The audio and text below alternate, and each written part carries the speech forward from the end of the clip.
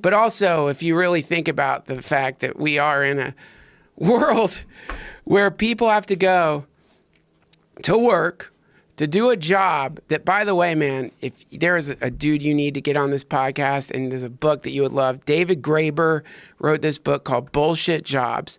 This guy is a fucking genius, man. And this book, Bullshit Jobs, breaks down the phenomena of how many people are working in jobs that don't do anything for the world or the company they're working for.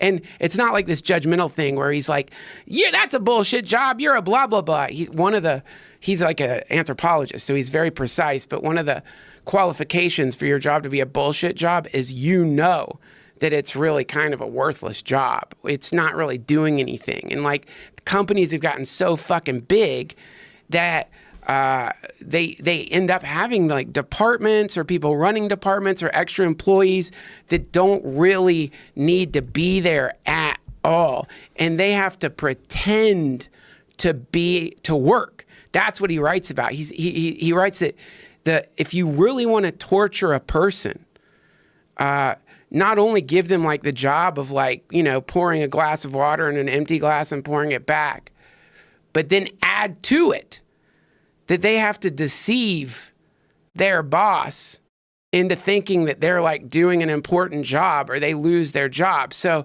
these, not only are these like some corporations and companies scanning your piss to see if you're taking a substance that is allowing you to connect with home, what you actually are, they are also demanding that you spend many hours a day lying to them that you're doing work that you're not doing.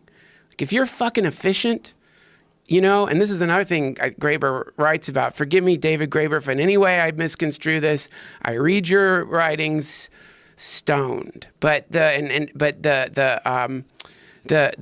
other fucking element to it that is absolutely atrocious and fucking horrible is that these substances are connecting us to home. They don't want us to be in those states, and they're asking us to fucking lie all day. And you know what psychedelic means? The etymology of psychedelic? No.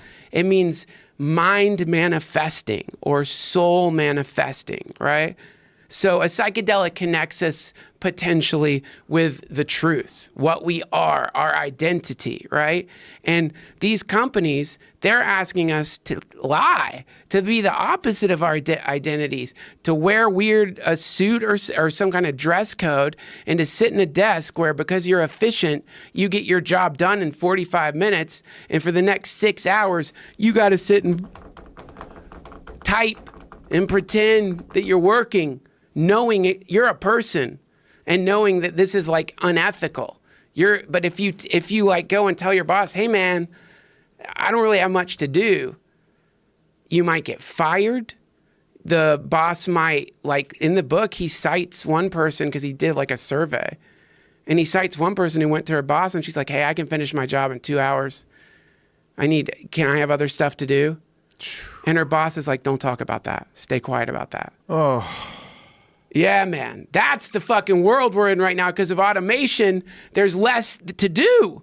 Computers are making shit fast. Why are we're working the exact same amount of time we were when there were no computers? But you have to be there to get paid. And you have to act like you're doing something or they can you. Yeah. So, how many people right now are doing just that while they're listening to this? A lot. A lot. And by the way, if you had a guess, what percentage of people are listening right now that are really supposed to be doing some bullshit job, and they're kind of sitting in front of their keyboard with earbuds on, just barely paying attention, trying not to get caught looking at porn? Yeah. Probably all over the planet, over 1 million. Over 1 million in the workforce, probably. When do you think companies had to put in rules? You can't look at porn at work. Like that wasn't a thing in the 70s. It wasn't a thing in the 80s. Right. It wasn't a thing in the 90s. Right. Then all of a sudden, you could just find porn online. And people, well, they have a work computer that's hooked up to the internet. Like, when did companies start going, oh, yeah, we didn't know about that. Yeah, you can't look at that. Dude, I mean, I'm sure it started with like Penthouse, right? Like when they had Penthouse, like Penthouse magazine, like when you had fucking like, you know. Yeah, for sure. You For couldn't sure, it bring started with magazines. you couldn't bring your Penthouse, your fucking Hustler to work. That's true, but looking at something online is so much easier than going to the store and getting a Hustler. Like, the access is universal, instantaneous.